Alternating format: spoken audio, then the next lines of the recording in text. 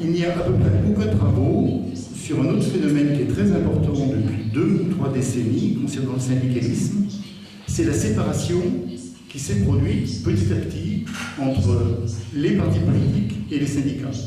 Quand on regarde la situation au moins en Europe, c'est beaucoup moins vrai ailleurs dans certains endroits du monde. En Europe, il y avait des liens traditionnels entre partis et syndicats, et qui étaient des liens diversifiés. Il y avait grosso modo 3 lignes de relations, une de type communiste, une de type social-démocrate, une de type démocrate-chrétien. J'ai l'impression que Ella a dû être dans l'une de ces 3 tendances-là, au moins à une époque. Ce qui est intéressant à observer du point de vue de la sociologie, je ne vais pas rentrer dans le détail par pays, je veux dire, vous connaissez bien cette situation-là. Ce qui est intéressant à observer du point de vue de la sociologie, c'est le fait que aujourd'hui, on a bien affaire à une séparation des relations, une rupture de relations forte entre partis et syndicats, mais c'est comme si c'était un tabou. Personne n'en parle. Personne ne cherche à comprendre ce qui s'est passé, comment ça s'est fait et à quoi ça aboutit. Ce qui, pour nous, en tant que sociologues, est déjà intéressant. C'est-à-dire, qu'est-ce qui fait que les acteurs de ces séparations-là, qui sont quand même des mouvements historiques extrêmement profonds, si on regarde les relations qu'évoquait tout à l'heure Adelaide entre le mouvement syndical britannique et le Parti travailliste britannique, c'est des liens qui ont quelque chose comme 120 ou 130 ans. C'est pas rien du tout. Les relations entre les syndicats de tradition démocrate chrétienne et l'Église, c'est des relations qui dataient, grosso modo, de la fin du XIXe siècle. Donc on a affaire à des mouvements de très longue durée qu'on voit se dissiper, qu'on voit disparaître. Et petit à petit, aujourd'hui, on a effectivement affaire à des syndicats qui ont des liens avec des partis, mais qui ne sont plus avoués, qui ne sont plus assumés en tant que tels. Ou on a affaire à des syndicats qui n'ont plus du tout de relation à des partis politiques. Alors, on peut regarder, pour essayer d'interpréter ce phénomène-là, on peut avoir 2 lignes de lecture. Il y en a une première qu'on pourrait qualifier presque de conjoncturelle, qui est liée à l'évolution du monde politique. Par exemple, c'est clair que la disparition de l'URSS va provoquer des remous extrêmement importants dans les liens qui existaient entre les partis communistes européens essentiellement et puis les syndicats qui étaient proches de ces partis-là. Donc effectivement, on voit ça se produire à partir de 1989. On va pas faire l'histoire là, vous voyez déjà des difficultés. Des difficultés étaient apparues. Mais à ce moment-là, il y a effectivement une transformation profonde. On a affaire à un autre type d'histoire quand on regarde ce qui se passe dans les relations entre les partis sociaux-démocrates et les syndicats de tradition socio-démocrate ou social-démocrate. On pourrait faire par exemple, pour regarder d'à peu près ce qui s'est passé en Grande-Bretagne entre les syndicats britanniques et puis les politiques de Tony Blair. Comment les syndicats ont été prisonniers de leur position à l'intérieur du parti, qui les a pratiquement obligés à soutenir les politiques de Blair avec lesquelles ils n'étaient pas d'accord. Et les difficultés qu'ils ont à se sortir de cette situation-là encore aujourd'hui. Ce qui est intéressant pour nous, c'est de voir que quand on cherche des travaux sur ce sujet-là, il y a à peu près rien. On pourrait faire exactement le même type de remarque suite à ce que disait Adelaide concernant l'Allemagne. Quand on commence à travailler dans les années 80 sur la situation allemande, normalement, un responsable de fédération de branches allemande était aussi député du SPD. C'était extrêmement fréquent. Les mélanges de gens étaient extrêmement fréquents. Il me semble même que les présidents du DGB pouvaient être, dans certains cas, députés du SPD. Donc, des liens qui étaient des liens extrêmement forts et qui sont des liens qui se sont complètement délités, dilués, en grande partie dans la gestion politique du SPD lui-même. C'est-à-dire que une fois que le parti était au pouvoir, les syndicats se sont aperçus que les politiques menées dans la crise étaient extrêmement difficiles à assumer pour eux. On pourrait faire une histoire semblable, mais avec les Mutatis Mutandis, avec les partis les partis démocrates chrétiens et les syndicats de tendance démocrate chrétienne, par exemple en Belgique ou en Italie.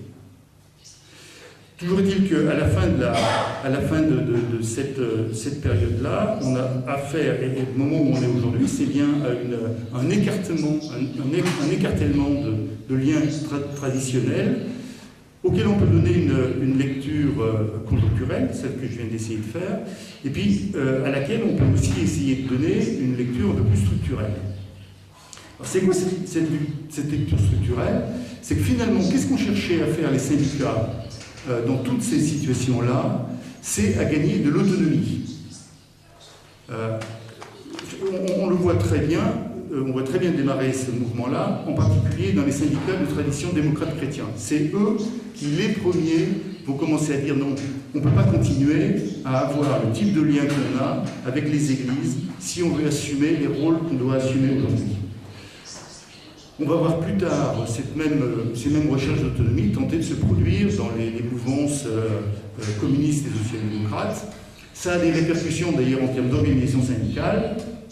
Vous connaissez bien celle-ci aussi. Il y a un moment où on a au moins 3 confédérations mondiales qui regroupent chacune de ces tendances-là. Avec la disparition de ces tendances-là, il va y avoir une unification à l'intérieur d'une seule organisation. Donc, les syndicats se désengagent de leur lien avec les partis politiques et ils se spécialisent dans ce qui est leur cœur de métier et qui est la gestion de la relation salariale.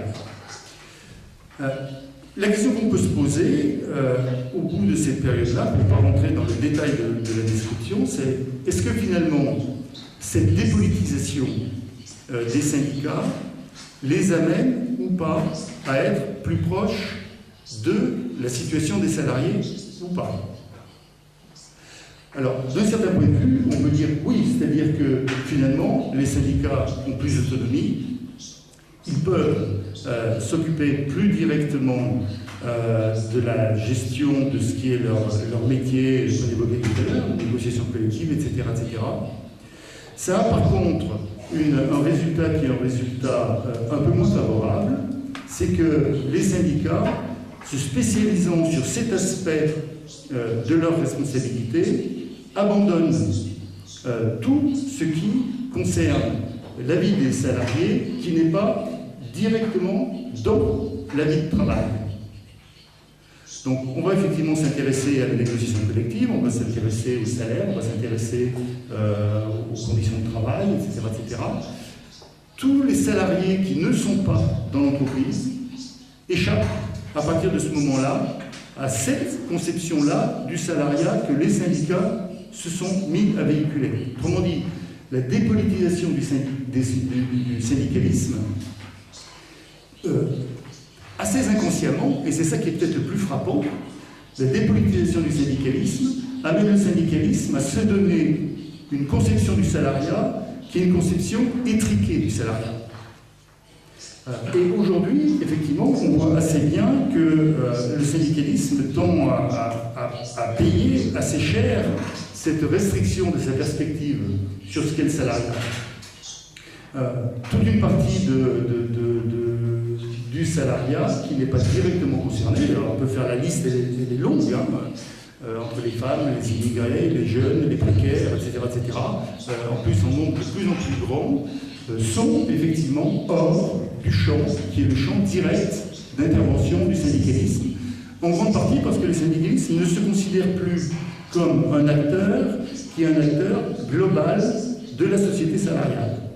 Il est un acteur qui se centre sur des aspects qui sont des aspects, on pourrait dire presque technicisés, du statut salarial.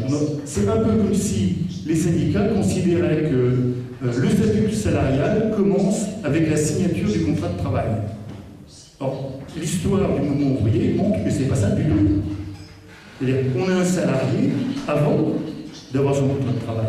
On est d'ailleurs aussi un salarié après avoir perdu son contrat de travail, quand on est licencié.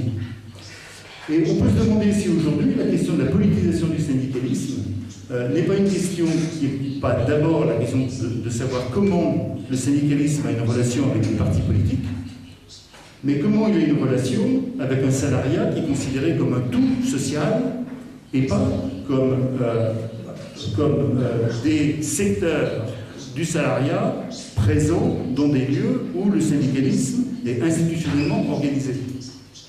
Autrement dit, la question qu'on peut se poser aujourd'hui, c'est pour ça que je disais en début d'intervention, c'est un côté un peu spéculatif, c'est finalement, est-ce que le problème du syndicalisme, si on regarde à partir de ses relations avec les partis politiques, est-ce que la question du syndicalisme, c'est pas d'abord la question de savoir quel est le rôle que le syndicalisme lui-même se donne dans la société? Est-ce que le syndicalisme, en abandonnant, au fond, pendant très longtemps, dans le mouvement ouvrier, il y avait une spécialisation des tâches. Hein, les syndicats s'occupaient des salariés, les partis politiques s'occupaient de la société plus globalement et de la gestion éventuelle du pouvoir politique. On est petit à petit passé dans une situation où les syndicats ont beaucoup limité leur zone d'intervention. Or, il se trouve qu'aujourd'hui, nombre de secteurs où le salariat se trouve sont des secteurs où le syndicalisme lui-même ne se retrouve pas.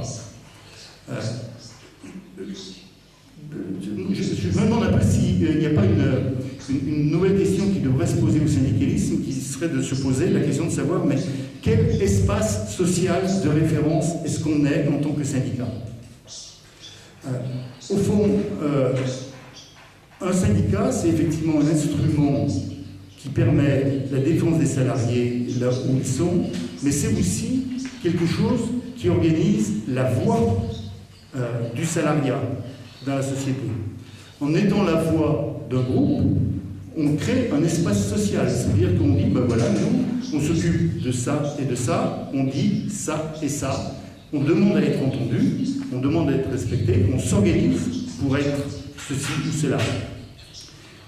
Tant que les liens avec les partis politiques existaient, les syndicats se donnaient un espace social de référence qui était d'un certain type et qui excluait, me semble-t-il, beaucoup que les syndicats se considèrent comme des acteurs globaux de la société, donc comme des excusez-moi, c'est un peu complexe, mais comme des émetteurs globaux sur les questions sociales, en ne s'interdisant rien.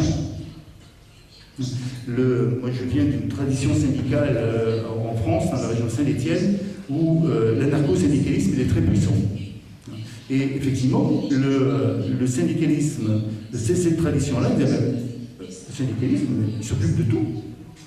Pourquoi est-ce qu'il s'interdirait l'accès à un certain nombre de questions? La question, c'est de savoir qu'est-ce qu'il est capable de faire. Ça, c'est une vraie question sur sa limitation d'intervention. Mais il n'y a pas a priori de limite à son espace d'intervention, donc à l'espace social sur lequel il est capable d'intervenir et sur lequel il est susceptible de vouloir être une référence. J'insiste sur le vouloir. On voit bien aujourd'hui que, parce qu'il s'est replié sur des espaces qui sont des espaces finalement relativement restreints, le syndicalisme se trouve en difficulté avec ce qui est le cœur du salariat. Alors, quand on dit ça, ce qu'on dit aussi, c'est qu'il faut déplacer le lieu où on voit le cœur du salariat. Si on est en Allemagne, on peut avoir l'impression, d'un point de vue syndical, que le cœur du salariat, c'est les hommes de la sidérurgie dans la Ruhr, ou les salariés de l'automobile dans le sud de l'Allemagne. Sauf que quand on regarde un peu plus précisément, non, ce n'est pas ceux-là qui sont aujourd'hui la question centrale pour le salariat. La question pour les syndicats, c'est que ceux ou celles dont on peut considérer qu'ils sont le cœur de la question salariale aujourd'hui, ils ne sont pas dans les syndicats. Mais ça, c'est de la faute des syndicats. Donc c'est bien à eux qu'il s'agit de se retourner pour savoir, sur eux-mêmes, pour savoir quelle est la définition qu'on se donne de ce qu'est le salariat. Et je voudrais juste terminer là en disant qu'on n'est pas dans une question qui est une question complètement nouvelle. Tout à l'heure, je crois qu'il y avait un intervenant qui évoquait Marx. Mais Marx, quand il définit le capital et le salariat, il dit le capital et le salariat, c'est des rapports sociaux. C'est pas de la matière. Le salariat, c'est d'abord un rapport social. Et la question qui est posée, me semble-t-il, aujourd'hui au syndicalisme, c'est de savoir quel est l'espace social que les syndicats se donnent pour pouvoir atteindre un salariat qui est un salariat global, qui n'est pas que dans les entreprises, qui est à l'extérieur des entreprises, qui naît à l'extérieur des entreprises, qui vit à l'extérieur des entreprises et qui est beaucoup plus diversifié que les salariés qui sont déjà dans les entreprises. Autrement dit, il y a bien, pour moi, ce qui est le travail de repolitisation du syndicalisme, c'est le syndicalisme à retrouver ce qu'est le salariat tel qu'il est, et non pas tel que le syndicalisme à un moment de son histoire tel que le syndicalisme à un moment de son histoire a défini des salariés qui seraient finalement séparés dans des catégories assez particulières, la catégorie de chômeurs, la catégorie de précaires, la catégorie de salariés en contrat déterminé. Il y a un salariat diversifié dans les entreprises et hors des entreprises et qui a d'autres intérêts que les seules questions de travail, ce qu'évoquait tout à l'heure Mélanie, à partir des délégués sociaux. On a travaillé avec Adelaide il y a assez quelques années sur des délégués français et sur la présentation des entreprises françaises, et on montrait que ce qui faisait la force des délégués, c'était pas qu'ils étaient capables d'aller négocier avec l'employeur sur la stratégie économique de l'entreprise à Bruxelles ou ailleurs, mais c'était qu'ils étaient capables de régler des problèmes concrets des salariés là où ils étaient. Les problèmes d'alcoolisme, les problèmes d'endettement, etc., etc. À partir de là, on peut faire des choses. Mais on peut aussi faire des choses à partir de là, dans la mesure où on n'est pas que dans l'entreprise. Et on n'est pas vu comme spécialisé, en plus, dans ce qui a été institutionnalisé par l'école du travail. Il est prévu nulle part dans l'école du travail qu'on connaît, dans les règles qu'on connaît, il est prévu nulle part que les délégués s'occupent des questions d'endettement des familles des salariés. Mais c'était bien un problème central pour gagner de la force. Voilà. Donc la question que je voulais poser un peu à travers cette idée un peu spéculative de la situation, c'est finalement, est-ce que, après cette histoire longue des relations entre partis et syndicats, on n'est pas aujourd'hui arrivé à un moment où il faut que les syndicats se redéfinissent eux-mêmes dans les espaces sociaux et la volonté de se redéfinir comme des espaces sociaux de référence, c'est-à-dire qu'ils se redéfinissent comme des acteurs qui disent ce qui est souhaitable et qui le disent en tenant compte de ce qu'ils sont capables de faire, parce qu'autrement on tombe dans des stratégies qui sont des stratégies d'échec, mais qui le disent sans se considérer comme des acteurs qui seraient des acteurs minorés. Et c'est un peu ça aussi qu'on observe dans un certain nombre de pays, c'est que finalement il y a des syndicats qui aujourd'hui se considèrent comme des acteurs un peu du second ordre. On évoquait Macron et les attitudes des syndicats français à ce sujet-là. On a un assez bon exemple. On accepte finalement que le politique fasse des choses parce qu'on n'est que des syndicats. Il me semble que là, il y a une tâche tout à fait importante dans les temps à venir. Nous, on ne croit pas du tout que des syndicats repliés sur les tâches qui leur sont données par les codes et les textes soient des syndicats qui aient le moindre avenir. C'est aux syndicats eux-mêmes de définir ce qu'ils ont à faire, et ce qu'ils ont à faire, c'est beaucoup.